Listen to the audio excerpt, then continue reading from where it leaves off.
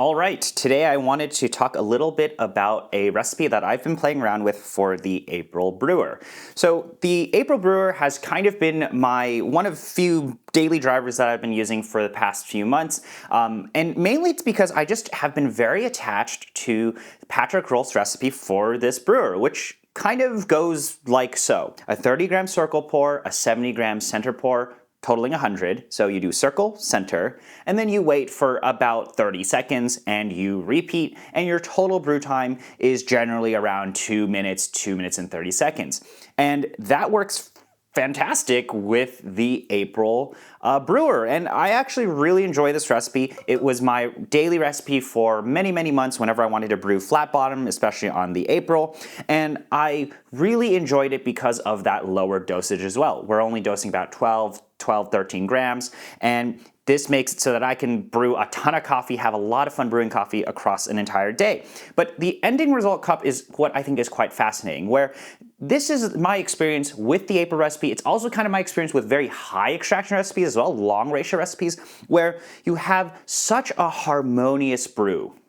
So you basically have a brew that has acidity, has sweetness, and it's very just kind of balanced. And I think oftentimes a complaint of this specific recipe is that it is quite mellow. The body is very tea-like, super, super mellow, regardless of what coffee you're using. And what ends up happening is that people kind of think these brews are a little on the weaker side. And I would tend to agree. However, we'll talk a little bit more about this recipe later on in the video. But I just think this recipe is quite interesting in the sense that it is actually seemingly intentionally on the lower side, but it's such a unique way of presenting coffee. More so, like, you'll get very tasty coffee across the board because you have acidity and sweetness, all very mellow and integrated and harmonious, so that, to me, it's very balanced, very tasty.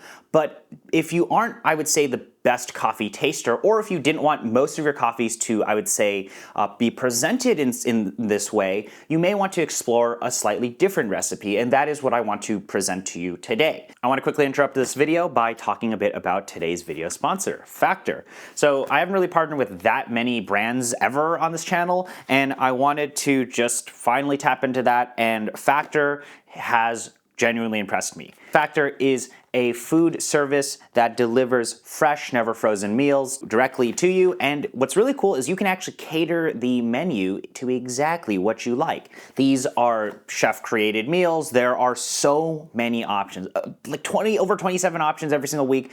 And it is so convenient. So it just comes in a box like this, and you can just pop this into the microwave, and it takes about 2 minutes. And what's really nice is that there's a huge health focus on this. Personally, I've just been so busy with my work, with this YouTube stuff and all of that, and I just haven't had a chance to actually go and cook food. What's really impressed me is actually the vegetables. I'm just like, I've never had vegetables out of something like this that has impressed me, and that's what's been super nice about these Factor meals. But yeah, it just pop this guy in the microwave, you're good to go. You get so many choices, and the food's all tasting fantastic. I've really been enjoying Factor, and if you want to enjoy Factor as well, use my link in the description or go to go.factor75.com and use the code FACTOR, SE43508, for 50% off your first box. Sponsorships like this allow me to create videos and allow me to make this YouTube thing somewhat sustainable. So thank you, Factor, for sponsoring this video. So I hope you enjoy the rest of this video. Let me lay out my recipe versus Patrick's recipe, and I will dive into the kind of reasoning behind why I'm doing what I am doing. So my recipe is basically the same. I didn't want to kill off the April recipe. I wanted to adapt it a little bit for my preferences. So all this is doing is, instead of doing a 30 and 70 for the very first pour consecutively super, super fast, what I just do is I do a 50-gram circle pour. I let that actually bloom for about 30 seconds, and then I do another 50-gram circle pour, and at around 45 seconds, I then just do a 30-70 normal Patrick style pour. And what this results in compared to the stock April recipe is I get a bump in acidity and vibrancy up front. The brew overall becomes a little less harmonious, a little bit less balanced, but to me I think that is a little tastier, a little more interesting for some coffees that I prefer, which tend to be more vibrant. I kind of do like acidity and I want that to be up front a little bit more. And this adjustment in recipe is quite interesting because it still retains majority of the pouring structure of the April recipe, but it just brings up a little bit more up front. Let's talk briefly about brewing on Kalitas. So Kalitas are quite interesting. I actually think Kalitas stall and clog all the time, and generally you will experience this in that second pour where you do that 30-70. You'll find out that depending on how aggressively you are pouring in the center, you can run the risk of basically clogging or having a slightly slower drawdown. I don't think that's too big of a deal for some of these coffees. If I'm using very light roasted coffee like this, I actually kind of prefer that slightly longer contact time. However, what you can do is you can just grind a little bit coarser or pour a little bit less aggressively in the center there, and that seems to solve that problem. Or you can just avoid this entirely and just use the newer April filters. There were, I believe, one of the first few batches of the April filters did exhibit similar clogging. However, newer batches that I've played around with, I feel like I can grind even finer than Kalitas and do the same types of pours and not run into any of this clogging. So anyway, let me brew real quick, and I'll throw up on camera exactly what I'm doing as well, since I only have one camera today. This is a Burundi from Say. What I'm going to just show you guys is the April recipe and my recipe, and we'll just taste them side by side, and I will tell you like what the difference is.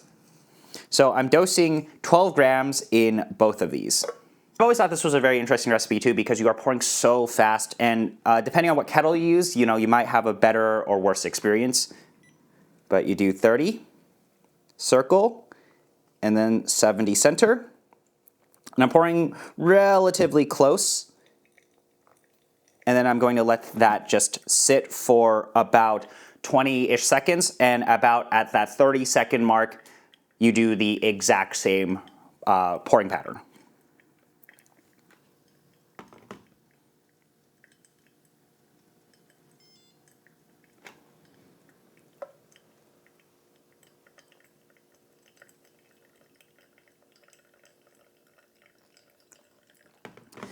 And there you go.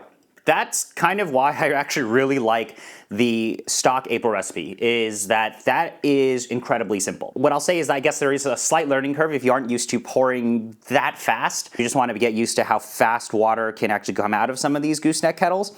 But yeah, that's it. You just do 2 pours. Your total brew time, and this will depend on coffee and apparently the filter RNG that exists in this world, your total brew time on these will generally be around 2 minutes and 30. And what's happening here is that the second pour is definitely flowing a little bit slower. And I actually think this is completely fine for some of these really lightly roasted coffees, as I've mentioned, and your bed won't look the prettiest. So this is finishing up at basically 2 minutes. It is a little bit slower at the end compared to the first pour, especially if you look at the how the water is flowing. So that finishes at about basically 2 minutes there.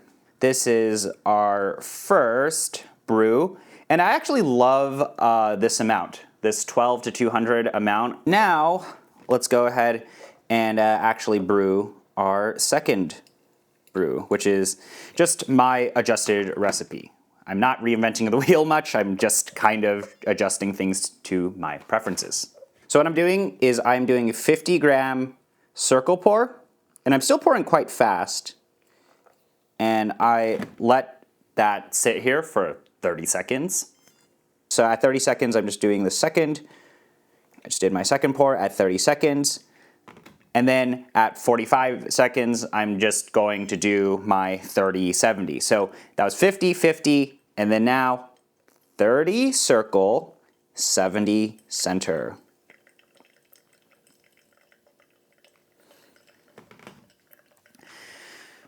And you just let that sit there. So there's an additional kind of 2-ish steps where you have to do 2 circle pours and you let one of them actually bloom and you let that extract. And what I've found that to actually do is bump up that presence of acidity, that perception of acidity at the very beginning when you are taking a sip of the coffee. The other brew finished at basically 2 minutes. This is still going. It seems to be about 2 minutes, 20 something, like 20 to 25.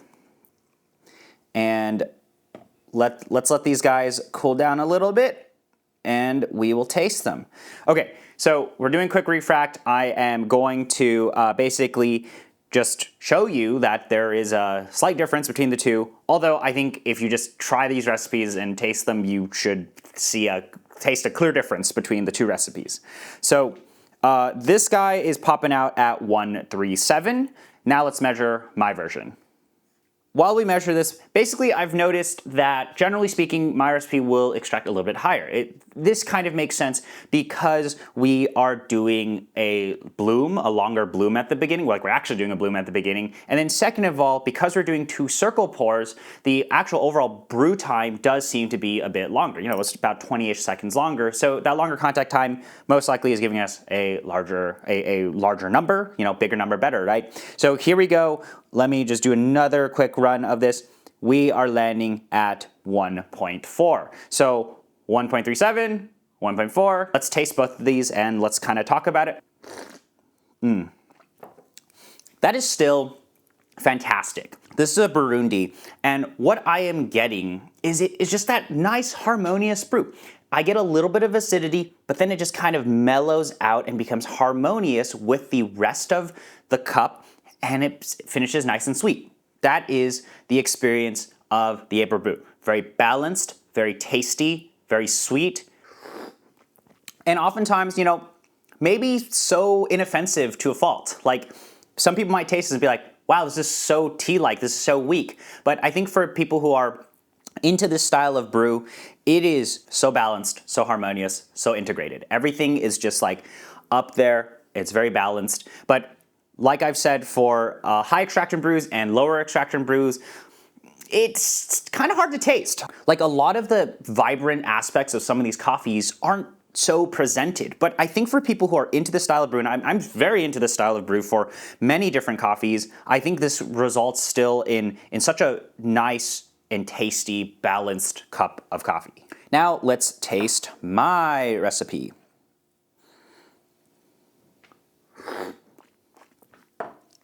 So the biggest difference here is my brew is a lot less balanced. It is a lot more acidity up front, then it becomes sweet. And I think the reason why this occurs is because we're still honoring this recipe by doing that second pour the same exact way. We're still getting the rest of the cup that tastes really nice and harmonious, but the difference is that acidity at the beginning is now bumped up. If I were to try to use my hands and say, like, what am I actually tasting from beginning to finish, and we'll do it like this way, is when I'm sipping, I get the acidity, then it's balanced, then sweet, then it finishes kind of a round finish, maybe because of these burrs. But with mine, it's more of a peak where I wanted to present acidity at the beginning, but still get the rest of the properties of the April cup. And that's kind of what I've been aiming for. Is I still really like this recipe a lot because I feel like it does 9 out of 10s across the board. Like, it's good across the board, right? Everything is good across the board, but it's so inoffensive to a point where with some of these more lightly roasted complex wash coffees, I kind of want there to be more acidity. I want there to be something that jumps out and is a little more apparent. And that's exactly what my version of the recipe adapts for. And it also checks a little bit of the box for me too, which is I want to be able to give this to someone and have them actually taste like acidity and be like, whoa, coffee actually has acidity and all these cool things in it. And I think you can pick that apart a lot more with just adding that little bloom at the beginning versus the Patrick recipe. So I think those are like the biggest differences between the two. They're still majority the same. They still represent the coffee well. Like, it's kind of cool with coffee. You can pour water on it and it will change, you know, how you pour water on coffee really changes things. Let me now talk about what types of coffees should you actually use with my recipe and this recipe and what I've experienced. So while I do like my recipe for, say, coffees. Like say, I actually don't like my recipe for some of these coffees. Like these very deeply processed Colombian coffees, for example, Diego Bermudez coffees. What ends up happening when we do my recipe is I feel like we bring out too much of the funkiness, the booziness, the syntheticness in the cup. And I think that's just because we're extracting a little bit more. And that's where I will go and employ the Patrick recipe, is on some of these very deeply processed coffees, I want to kind of skip the weirdness in these coffees. And my recipe, because it does extract a little bit higher, it brings that out. And I'm not too big of a fan of that, although I think it could be interesting to try. But if you're using these more like, there's like 10 words on the bag of coffee of how they process it, I probably would default to the shorter contact time, normal recipe versus my recipe. But I like my recipe a lot more for many of these other coffees, which especially these more lighter roast wash coffees.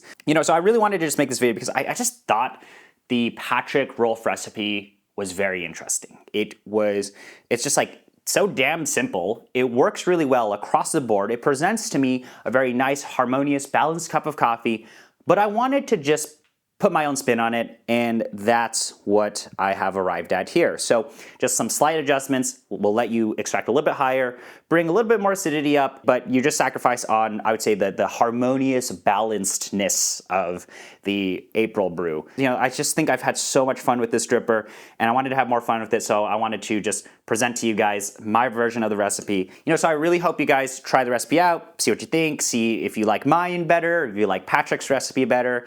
I think this is a case by case, depending on what coffee you're using, what grinder you're using. Tell your friends to subscribe to the channel if you have friends to subscribe to this very weird coffee YouTube channel. But otherwise, thank you guys so much for spending the time to watch this video. I hope you guys try out these different recipes and see what you think. I'll see you guys later.